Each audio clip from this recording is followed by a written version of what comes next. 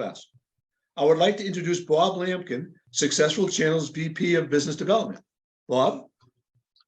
Hello, I'm Bob Lampkin, Vice President of Business Development at Successful Channels. Welcome to our Masterclass number 6, entitled When a Partner Calls, Bad Data Hits Home. For movie fans of When a Stranger Calls, this Masterclass is inspired by the same fear of receiving a phone call about an incomplete QBR, this time from your partner looking for missing insights about their business partnership. All channel veterans have experienced this kind of fear at some point in their career. The 3 hottest topics in the channel today are marketplaces, ecosystems, and QBRs. We are pleased to have Gary Morris, CEO of Successful Channels, the QBR company, to discuss the latest in partner business planning and QBR management.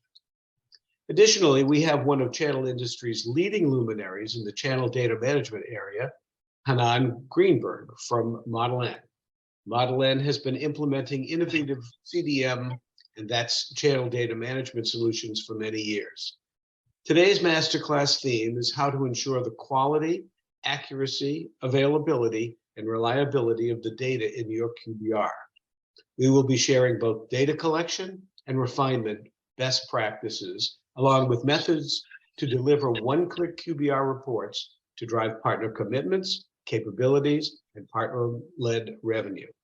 Let me turn it over to Scott Arnold, our VP of Marketing, to brief you on the logistics of this masterclass. Thanks, Bob. For today's masterclass, we have enabled Zoom's Q&A feature. Please access this Q&A function from the Zoom toolbar to submit your questions, which we will address at the end of the session. Questions may be submitted throughout the presentation. A recording and a copy of the presentation will be available for download from our successfulchannels.com website beginning tomorrow. Directly following the masterclass, you will be presented with a 4 to 6 question survey. Those attendees willing to participate will receive a copy of our 2023 QBR research report based on registrant feedback. I'd like to introduce our first presenter, Gary Morris, CEO of Successful Channels. Gary? Yes, thank you, Scott. I'm just going to advance the slide here. There we go. Okay, so thank you, Scott. I know how uncomfortable it is to watch scary movies like When a Stranger Calls. It's also horrifying to get a call from a partner describing a QBR that is inaccurate or, even worse, has missing data. I speak with VPs of channel sales virtually every day of the week. The number one presenting problem I or we hear every day is the difficulty to deliver reliable and diagnostic QBRs that build deeper and more committed partnerships.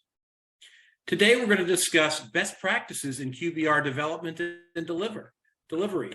We're also going to address the biggest questions partners have with the status of their partnership with your brand. Those questions include data quality, reporting frequency, action plan status, partner certification reporting, plan acceptance and approval, activity status, notifications, and consistent delivery of QBRs. Now, channel VPs of sales all agree that data quality, data availability, and data integration are the significant barriers to effective delivery of QBRs. Chanan will outline best practices for addressing each of these 3 data quality areas. I'll follow up with the introduction of an integrated MBR QBR system that will deliver more effective JBP, that's joint business planning systems, to deepen partnership relationships and revenue delivery. Now, enhanced CDM, that's channel data management processes, will help address data quality and availability issues you may be experiencing. This, coupled with pre-configured, pre-integrated MBR QBR tools, will enable a much more efficient and satisfactory partnership management process to help your team focus on enablement and achieving business growth with your partners. The formula for achieving committed partnerships starts with setting joint partnership goals and measuring goal achievement with better data delivery and data quality. So the hub of the wheel of successful partnerships is the delivery of comprehensive diagnostic partnership QBR reports.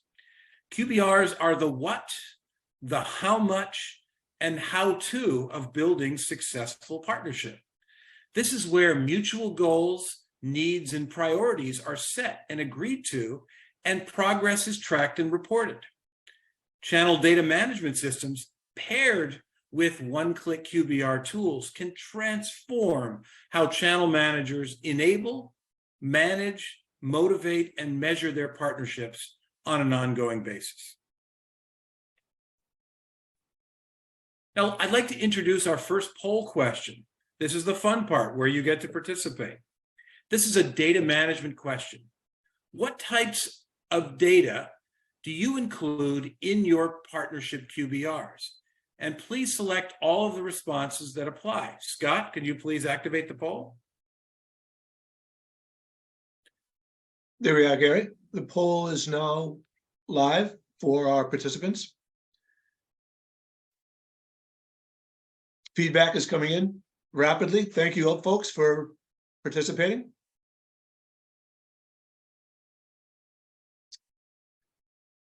Lots of activity still ongoing. We'll give them another 5 to 10 seconds. Okay, thank you, folks. No, another surge of participants and responses. Thank you. Here we are. Okay, let me end the poll and share these results. Great. Awesome. All right, so obviously revenue and pipeline are the key indicators of a successful partnership plan, your performance to plan. And I can also see that it looks like metrics are another key area. But what's interesting is accounts, and both the pipeline sharing and account mapping is a critical part of your plan in QBRs. And then secondarily, but also our budgets, leads, and pricing. So these are the key data inputs, and it was really good to see this. And by the way, those of you that complete the survey at the end will also be getting the results of the poll. So Scott, I think we can close the poll results. All right, so now I'm pleased to introduce my co-presenter and channel data management luminary, Chanan Greenberg. He's the Senior Vice President of Corporate Strategy at ModelN. Hanan's going to lay out a range of data management best practices and share how it is not only possible, but easier than you might think to improve data collection, quality, and delivery with the use of CDN solutions. Chanan? Thank you, Gary, and good morning, everyone. It's great to be here. Since they've already used the word luminary several times, I will try and illuminate the topic of channel data management for you. So with that, let's perhaps start with, first of all, why is channel data management so important? Why it matters? The first thing, channel data management done right provides near real-time visibility into channel sales. We'll talk more a little later about the importance of channel data management in the context of QBRs and in the context of monthly business reviews. But frankly, when you have near real-time visibility, you're on top of things on a daily or weekly basis. And that means that the ability to engage the channels and the partners can be done a lot sooner and driving more efficacy out of the channels. The second thing is technology companies spend anywhere between, on the low end, 1% of total company revenue and all the way as high as 5% to 7% of total company revenue on sales compensation and on incentives into the channel. These are significant portions of the company's P&L, and they need to get paid out correctly. And at the heart of that validation is channel data management. On top of that, channel data management can be used for understanding market trends and competitor trends, being able to close that loop of joint plans and marketing plans, lead generation and opportunities and how they convert into revenue, being able to understand the ROI on various sales and marketing investments, and also getting close tracking of inventory.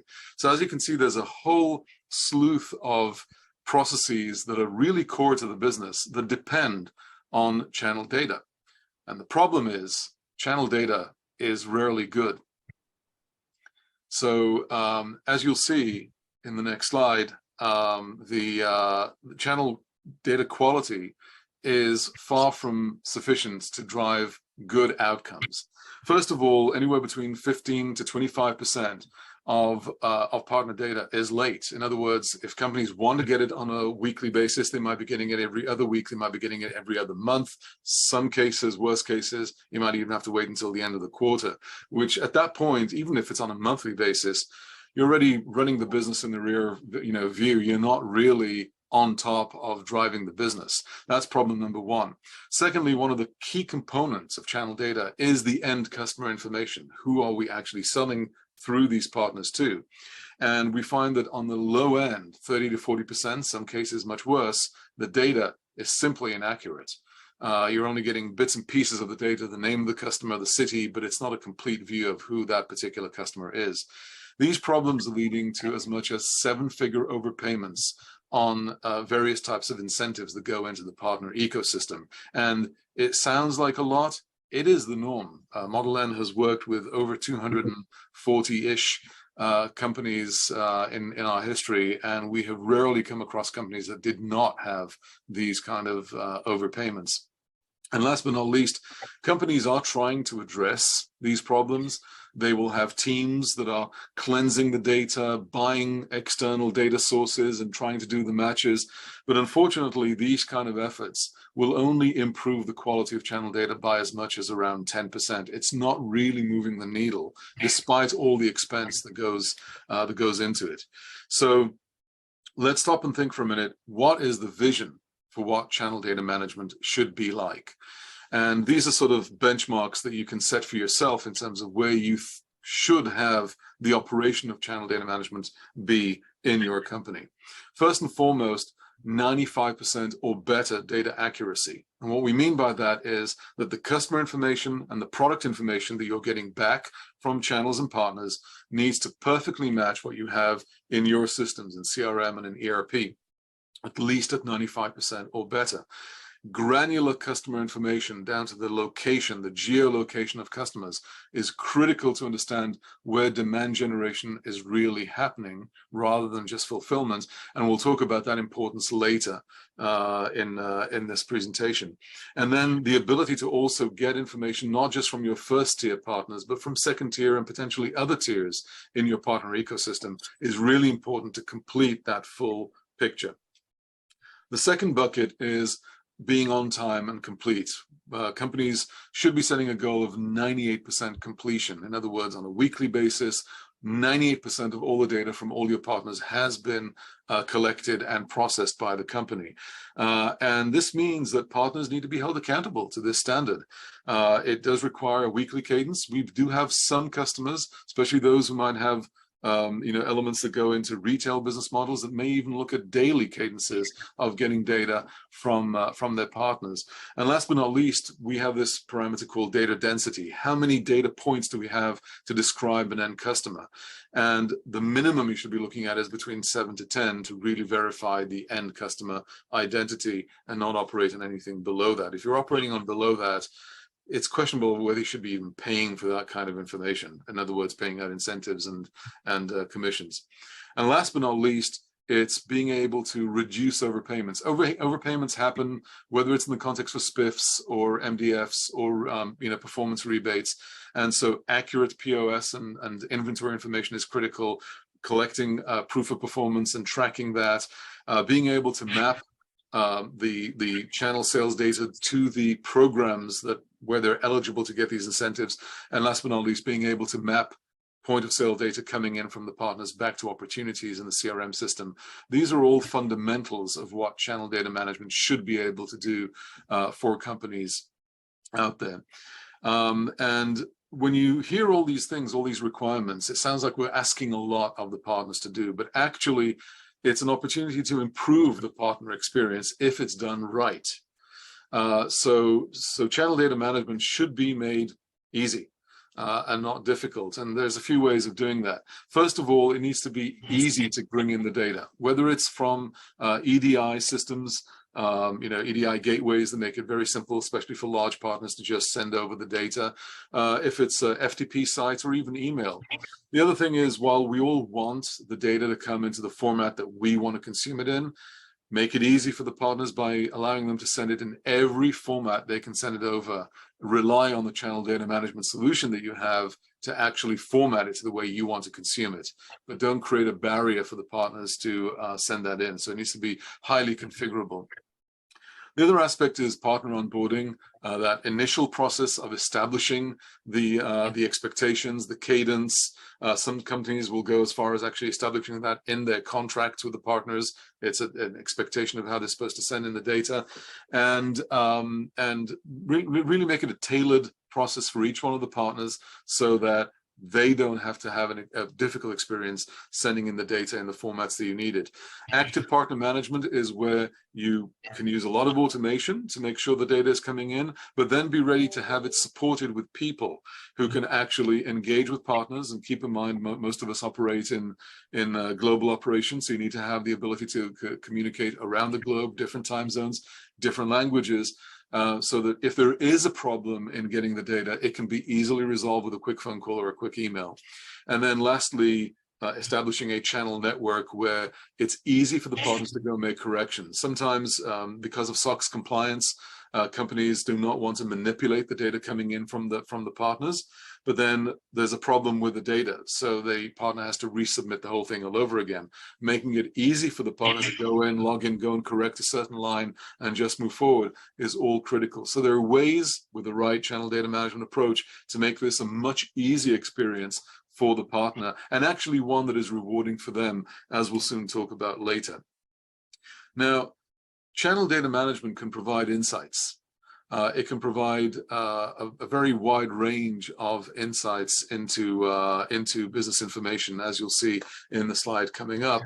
And we're not going to explain each one of the graphics that you see on the screen here, because there's a lot of them. There are actually more than 50 types of reports that channel data management can produce for companies. But what we are going to talk about in the coming slide is basically a few buckets of high-level information that you can expect to get out of channel data management.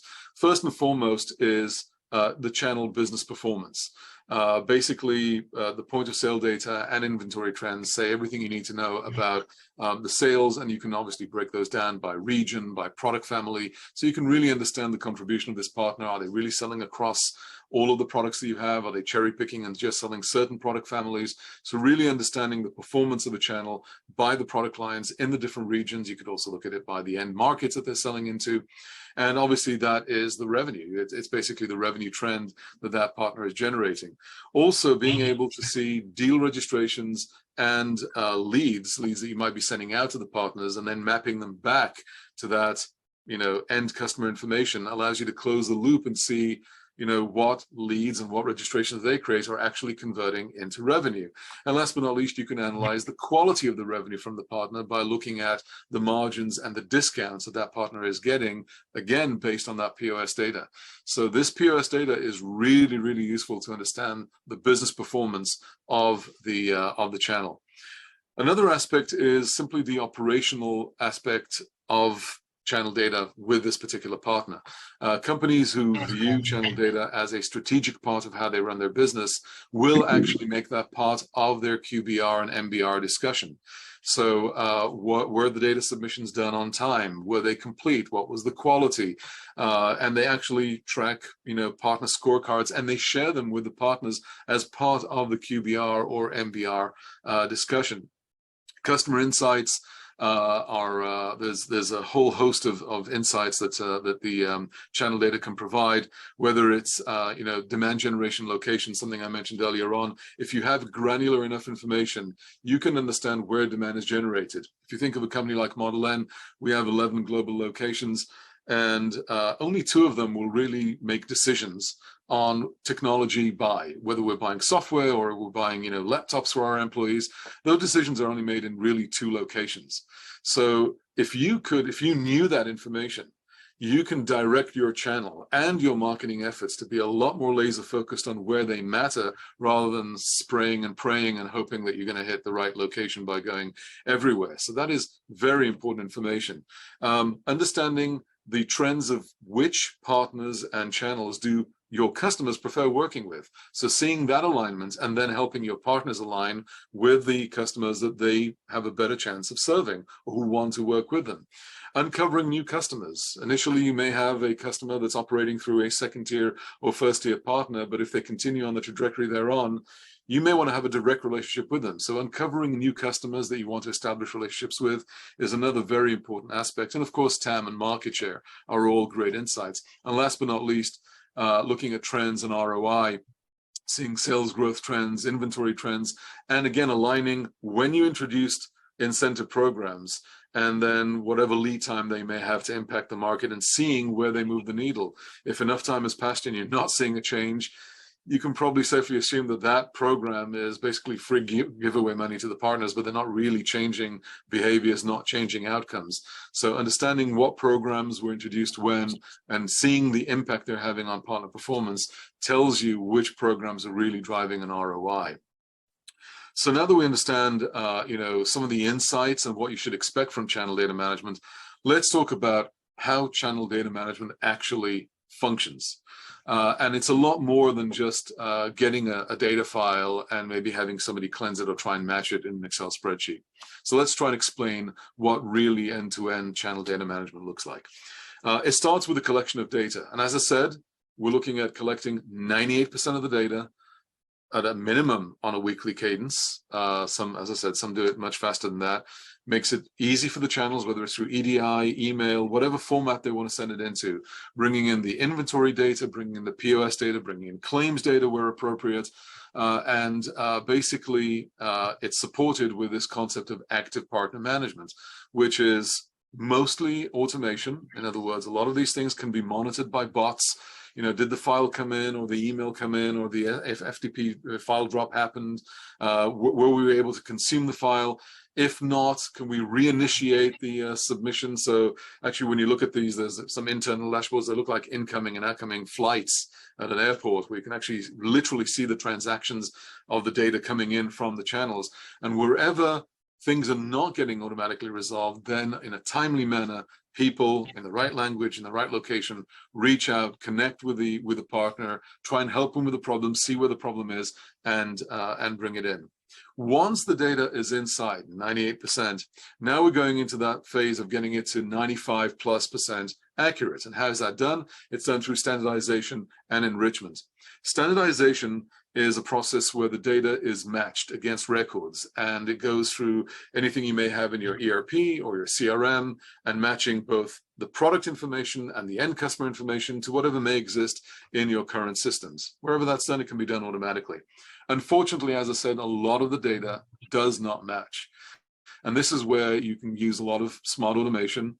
In our case, we use quite a few algorithms. We have over 40 algorithms, many of them with unique patterns, which will go and correct the data based on geocoding, based on what things are spelt like, what they sound like, other elements like that, to really improve the matching quality of that data. And that will move you from 60% accuracy to around 80 to 85% accuracy.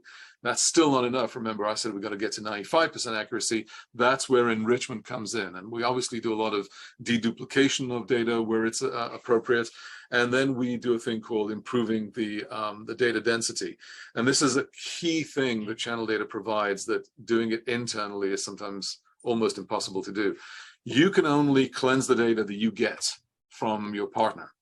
But that same end customer the partner is serving might be working with a host of other partners you might not be working with. A central CDM solution will be working with all those partners, literally tens of thousands of partners, and getting the information about that same end customer from many places, including feeds that your company isn't getting. So that data can be enriched and complete the information that might be missing about that end customer. And that's how the information is enriched. And we also, you also might need some data stewards to go and do some final analysis on the data, some segmentation and classification on the information as well. And then all those insights that we mentioned earlier are available. Now, once all that information is cleansed and created, doesn't end there. That's when it starts getting consumed. It can get consumed for the purposes of the insights that we mentioned earlier on, but very typically we see our customers then consume that data into their sales commission systems, into their channel incentive solutions, into other places into data warehouses where they might do further analysis on the information on product performance in the market and other things like that. So this is how channel data management operates. And let's talk a little about who is this for. So basically, the channel data management solutions are ideal for companies who are global tech manufacturers and software companies, and for companies who are either compensating sales or incenting their channels based on channel sales data. For those types of companies, channel data management is ideal. With this, let's go into our second polling question today, and that is, what does your company use to manage channel data management today? And you can see there are a few options. One is homegrown solutions, something that was built by your IT organization to bring in data through EDI gateways or FTP tools to collect data from the distributors. Or do you have an end-to-end single solution that you've been using that really covers that full scope that I described earlier, from the collection, both automatic and manual engagement with partners, through to matching and enriching and cleansing the data? Or are you using a mix of both homegrown tools and some third parties to try and accomplish this? Or maybe it's none of the above. So Scott, if you could open up the survey. There we are, Chanan. Yep, excellent. So let's give people a few minutes to respond.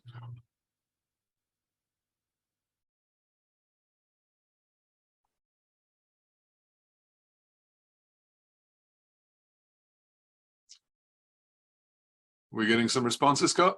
Yes, I see we're about halfway there. Thank you, folks, for participating. I still see some active responses coming in. We'll give it another 10 seconds, let's say. Okie dokie. All right, we're still active. Things are slowing down a bit now. All right, thank you, everyone. Let me end the poll here and share the results. All righty, so let's see. We have about 26% use homegrown tools, 7% use a single solution, 37% don't have any of the above, and 30% use a mix of homegrown and single solutions. So this is fairly consistent with our experience in the marketplace, actually a little lower on the single solution platform. We typically see it around 10 or 15%, but everything else kind of matches up to our experience there. And so we're seeing what is actually really interesting here is that we have 37% of the people who do none of the above, which I would love to know what they do then in terms of managing channel data. But I think it does put some companies in a disadvantage when your partner probably knows more about the business than you do if you don't have access to the information. But what I'd like to spend time on, let's close this survey and move on. And let's spend a minute or two about the importance of being able to do things on a single platform from an end-to-end standpoint. And I'm not going to go through everything here, but maybe just a couple of call outs. I think the most important thing is that you have a single source of truth for your MBRs and QBRs. So there's one place where all the information of channel performance, essentially, the point of sale and inventory information, is coming from. And being able to do that from multiple places is A, difficult, and B, will definitely impact the quality and accuracy of the information. Another aspect is simply operational. If you're doing it with multiple tools and multiple solutions, it's typically more expensive. You'll see several people involved in-house and building solutions, others involved in managing the data, cleansing the data. You might be also buying some external lists to try and use to improve the quality of the data. And at the end of the day, that typically, almost invariably, is more expensive than just having a true end-to-end channel data management solution. And last but not least is that concept of that crowdsourcing that I mentioned earlier on, the fact that a central channel data management solution will be collecting data about millions and millions of end customers across thousands of channels. And that by default creates a much more complete view of who those end customers are. And that is almost virtually impossible to accomplish when you're just doing it yourself, let's say with a homegrown tool. So there's lots of good reasons to think about how to consolidate this end-to-end process. With that, let's talk a little about the benefits of channel data management. And these are all examples of real customer case studies. So first of all, I encourage you to visit ModelN website and see some of those case studies here. But let's explain a little what stands behind these numbers. When we see, for example, increasing channel sales by 10 to 12%, how does channel data management actually impact that? Well, it impacts that in a couple of ways. Number one, as I said earlier, the real-time visibility into what channels are doing means you have a real-time opportunity to engage these channels and affect what they're doing. If they have a problem, you can address it. You don't have to wait for the monthly meeting or the quarterly meeting. You can engage them on a weekly basis to help them with either programs, training, or just nudging, or sometimes you need to terminate them if they're not performing. But being able to drive what the partner is doing on a weekly cadence is by far more effective. Secondly, that information that is granular, that allows you to see where demand is generated, sharing that information back with the channel is now you bringing value back to the channel where they can be more effective. So they know where to spend their time, which partners or which customers prefer working with them versus with different partners, where demand is generated. That information allows partners to perform better, and that drives more sales. Elimination of overpayments and duplications of rebate claims, as much as 99% accuracy, virtual elimination of overpayments of all of the types of incentives, whether it's spiffs, rebates, or MDFs, and also reducing operational costs by as much as 70%, is again that elimination of the number of people required to collect the data, the number of people required to build the homegrown tools, the number of people required to do the cleansing of the data. All that, a lot of that can be eliminated with a channel data management solution. And last but not least, it impacts also the efficacy of the internal sales organization. What we're seeing in many companies is because sales is suspicious about the quality of the data, and they get paid based on the data coming in from the partners, they will spend as much as 15% of their time looking at this data to make sure they're getting paid correctly. No offense to salespeople, but they're coin operated, and you can't fault them, at that, because that's how their comp plan is. When they can trust the data, when they know that they're getting paid accurately, you see a significant reduction in the adjudication of compensations. In other words, there's less complaints from the sales organization. They have more time to go and sell. So these are some of the benefits that channel data brings. This leads us into our next polling question, which is on data mismatches. Which areas of your MBR or QBR do you have the biggest mismatch of data? Is it about inventory accuracy? Is it about CISO, the sell-in, sell-out data? Is it around claims, whether it's around ship and debit or discount rebates? Is it around performance-based rebates, end customer information, or channel forecast information, or none of the above? So let's open that one and let's see what we get.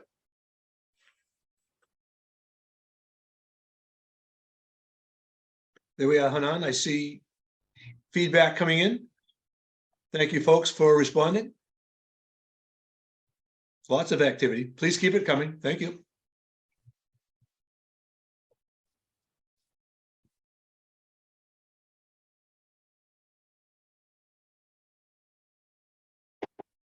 This is a very active poll.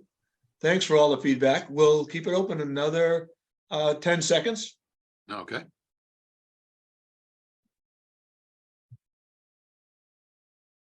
Okay, thank you, folks. Let me end the poll and share those results. Okay, so channel forecast information seems to be the number one winner here in terms of data mismatches, and definitely sounds like something that should be part of a QBR and MBR discussion, especially when you're creating joint plans. Joint plans should not have these kind of variances. The other one that is clearly standing out here and definitely, is something that we've seen a lot in the marketplace is the end customer information. It's an interesting anecdote to share with this audience. Is we've worked with companies before they implemented channel data management solutions and analyzed the quality. We literally rated the quality of their data. And below a certain quality of data, meaning that you don't have more than just, let's say, the customer name and the city that they're in, we would say that is something that you should not be paying out a sales commission at, you should not be paying out a rebate on. And we found that as much as 80% of the data that companies have is of that quality or lower. So, it really takes work to get to a high level of confidence around this data. So great, this is really interesting inputs, and as Scott said earlier, this information will be shared with everyone who participated in the survey. With this, I'd like to give this back to Gary. Sure. Thanks, Chanan. That was really interesting. So MBRs and QBRs are the hub of the wheel of partnership management. Every time you meet with a partner, it would be ideal to cover all of the key elements of your business partnership. CDM married with automated MBR, QBR tools make that possible like never before, including all of the following: integration of all of your revenue data in real time, integration of budget balance management, MDF, incentives, rebates, etc., integration of partner profile data, integration of all opportunity data with a range of diagnostic information, all delivered along with the core business planning, scorecard, business action plan, marketing planning, and tasks in one consolidated partnership status report. Plus, the integration of incremental CDM insights to improve the quality and the reliability, all data types along with the operational metrics for your channel. So, how is this all possible? Today, data and reporting is managed across a range of systems, including CRM, ERP, analytics applications, LMS, PRM, and even spreadsheets. Or this data is simply not available. Today's MBR Masterclass topic is how to make the impossible possible. It's automation, workflow, integration, and cleansing. That is the way to make this dream a reality. This is an illustration of a sample QBR export that can be delivered in one click to your channel team and your partners. This produces a consolidated partner performance dashboard, a stoplight partner life stage scorecard and action plan, a business action plan, a marketing action plan, a consolidated summary of tasks with up-to-date status on all action plans in one place. All of these configured for your business and customized by partner type, by size, or individual partner. One of the reasons we're so excited about collaborating with ModelN is that their services and systems make QBRs even better. Now, everyone in this masterclass knows very well that the need for QBRs does not stop at the partner level.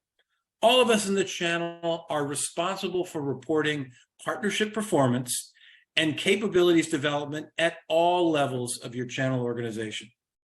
Fortunately, this partner-level QBR system instantly rolls up to each sales territory and all levels of your global and regional hierarchy. These reports are formatted for instant updates at each level of your organization. All of your directors and VPs will be provided with their own pre-configured roll-up QBR report to manage their teams at every level of your organization instantly. So what does it take to set up your channel for full end-to-end implementation of data-integrated, one-click MBRs and QBRs? These 5 steps can be completed in 30 to 60 days to make your improved partner management process fully operational. But there's absolutely a crawl, walk, run approach that can be taken to bring your data and your systems together in much less time than you might think. Data mapping. All of us have the same challenge with disconnected data sources and inconsistent data definitions. Data integration. whether through automation or in the short term with flat file integration, it's possible to bring this data together from multiple sources. MBR and QBR design. This step defines the elements of your planning and QBR system. Some or all of the planning system modules can be activated for some or all of your partners. This system is configured to serve your partner program, not the other way around. Team training. Once this system is configured, we have found that training along with what we call weekly office hours mentoring is a very effective way to get your team fully operational.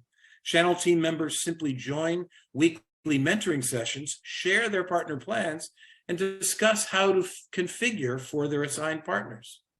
And then overall cadence planning. Once it's set up and trained, channel teams typically establish a cadence plan to plan your work and work your plan. Once the goals and action plans are built and partners accept those plans, each month action plan reviews, MBRs, can be managed easily and effectively with one click. Now, setting up all of your partner performance dashboards within your QBR template can represent all of your program requirements. Here's examples of metric types that are typically included in a partner program dashboard. These are broken down into 4 categories: revenue and pipeline metrics, including revenue or pipeline performance to plan; sales diagnostic metrics, things like which reps are registering, which reps are closing deals, win rate, cycle time; account metrics like new logos, renewals, top 10 accounts, top verticals, top products, etc. And even certifications, active certifications, expired certs, and even a parent-child certification progression. The bottom line is this partner performance dashboard is the starting point of your QBR, but it actually only represents about 25% of your overall partnership QBR report. Another key area for partner business plan and QBRs is partner life stage scorecards and action plans. This is a 4-step process that allows you to define best practices for important partnership capabilities category. And each category is broken down into detailed topics for becoming a best practice partner for your organization. So samples include onboarding, sales enablement, marketing enablement, technical enablement, services enablement, and renewal management. You can assess your partners in 10 to 15 minutes on 20 to 35 enablement topics that you'll be creating a stoplight 1 to 100 scorecard for that partner. This allows you to indicate to that partner how to build a capabilities action plan to turn your reds into yellows and your yellows into greens. And then for business planning, we have learned that the worst thing you can do for partners is to provide a template with blank fields that are entitled enter goal, enter strategy, or enter tactics here. The best thing that you can do is provide a guided process where your channel managers and partners can select from a range of recommended goals, recommended supporting activities, and recommended supporting tactics. Your partners are looking for your input on which activities and tactics work best to achieve the suggested goal outcome. What we have found that partners will pick from recommended options 9 times out of 10 to build a confident and thoughtful plan. They always have the option to create your own in the same process, but more often than not, they prefer your thoughtful recommendations. Objectives like acquire new brand logos, grow core revenues, execute vertical solutions are great examples of objectives that are recommended for many channel teams and their partners. So let's go to our next poll, poll number 4. What are your channel goals for 2023? Scott, can you activate the poll? And please select all that apply here. These are the goals that you'd like your partners to select and focus on in 2023.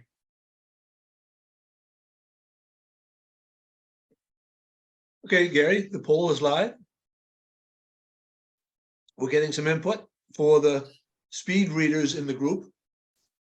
Here comes some more input. So thank you all for participating.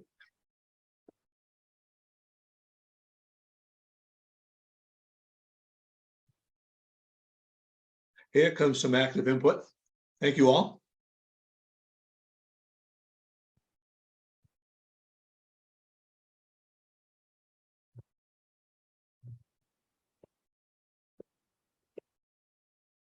Okay, the responses are continuing. Thank you, folks. We'll try to finish up in the next 15 seconds. I know we're running long. There's a lot of content today. So thanks for your participation. Okay, looks like responses have settled out. Let me end the poll and share the results, Gary. Excellent. Okay, all right. Acquire new logos, expand core revenues, and partner-led demand. I mean, it sounds like we're looking for partners. We're looking for growth from those partners, from new sources that we can't reach on our own. So I'm going to close this poll and we'll just keep moving, Scott, given the fact that we're running a little long here. Okay, back to you. Thank you. So the next, so just to try to, here, 1 second. Okay, so this was a lot of fun. Chanan and I are going to wrap up this masterclass of marrying the best and most reliable data from your channel with pre-built, up-to-date, partner-ready business review system. So CDN and QBR best practices include beginning with the end in mind, Stephen Covey, with a comprehensive one-click QBR system to organize your data to be instantly integrated to eliminate unproductive time, to employ CDM to feed better and more effective QBRs, to ensure that data is accurate and validated, and provide a guided management process supported by a one-click MBR and QBR. Chanan, do you want to help us wrap this up? Sure. I think that, all the ideas that were just shared by Gary around how to better engage with partners in planning and creating joint plans, measuring their performance in both, MBRs and QBRs is fantastic. I think it's incredibly difficult for companies to do this consistently, and a one-click approach, which, helps companies do that, is incredible. And to the points I made earlier on, high quality channel data that is made available on a timely basis is critical to making these more effective. Great. Can you talk about the research you guys are releasing? So for those who want to learn a little more about this, there's actually a really great and very detailed research done by Forrester Research about how channel data management impacts revenue and profitability. So those were, the two things that rated the most in the last survey that Gary just did in terms of your goals for 2023. Those are the two topics that are addressed in this research by Forrester, talking about how channel data management will impact revenue and profitability. It's not ready for prime time yet. It's coming out in 2 weeks.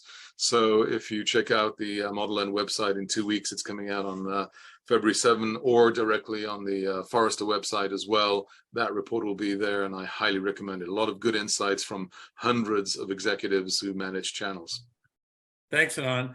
And Successful Channels also has, because we have done QBR masterclasses, we have done surveys of over 6,000 attendees to our masterclasses, and we've compiled a lot of those findings on not only key channel priorities, but key needs for QBRs. So I think we're ready to switch over to questions and discussion. Bob and Scott, you guys kind of moderate the questions that we've received, please. Absolutely. Let's start with one question.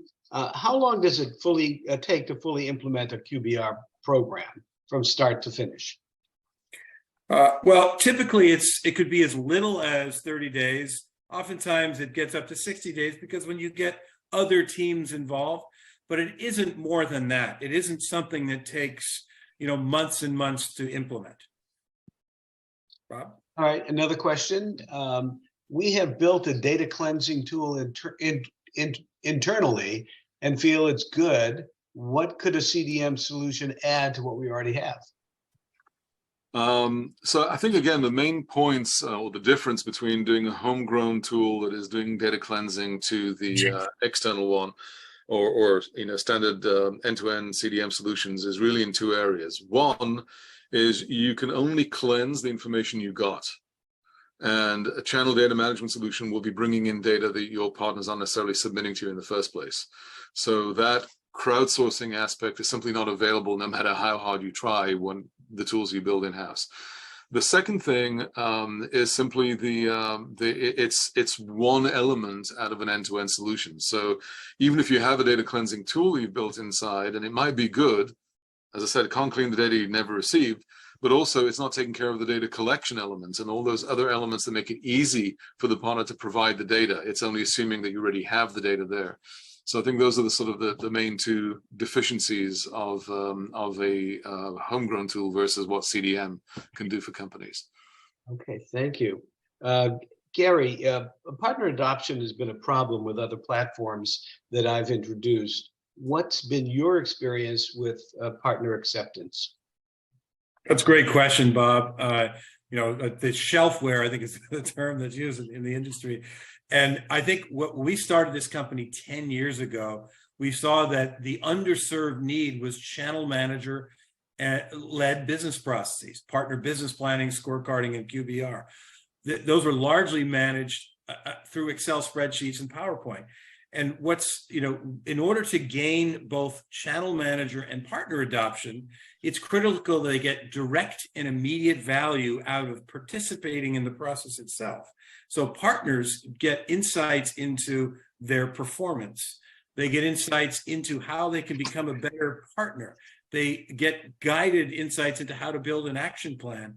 And then they get real-time feedback into how they're doing. And the same thing with the channel managers. Talk about one of the most frustrating jobs out there, because you're just kind of thrown out to the wind to manage all these things by yourself. But to have a tool set that enables you to have a much more guided, much more consultative process improves your professionalism and your job satisfaction. So channel managers are the biggest fans of our tool set. Okay, I think we have time for just one more. And this is for you, Chanan. How do you handle partners who do not want to submit their data? That's a great question. So, first of all, it's not just something the ModelN does alone. Managing channel data is a collaborative process that is done with customers. But when dealing with partners who do not want to give the data, there's really two approaches to that. One is, and these are the best practices we've seen. One is that when the relationship is renewed, whether it's a new contract that is being negotiated, etc., it needs to be made part of the contract. That's the best time or the best point where you have lever to negotiate that expectation with the partner. Secondly, many companies will take their incentive programs and make them conditional. The participation in the incentive program is conditional on the submission of data. And if a partner is still resisting after those two elements, which should be convincing, by themselves, the question is this the right partner to be with? There's a lot of alternatives out there, and that's what we've seen most companies do. All right, thank you. I'm going to turn this over to Scott to come up with the final comments. Thank you, Bob.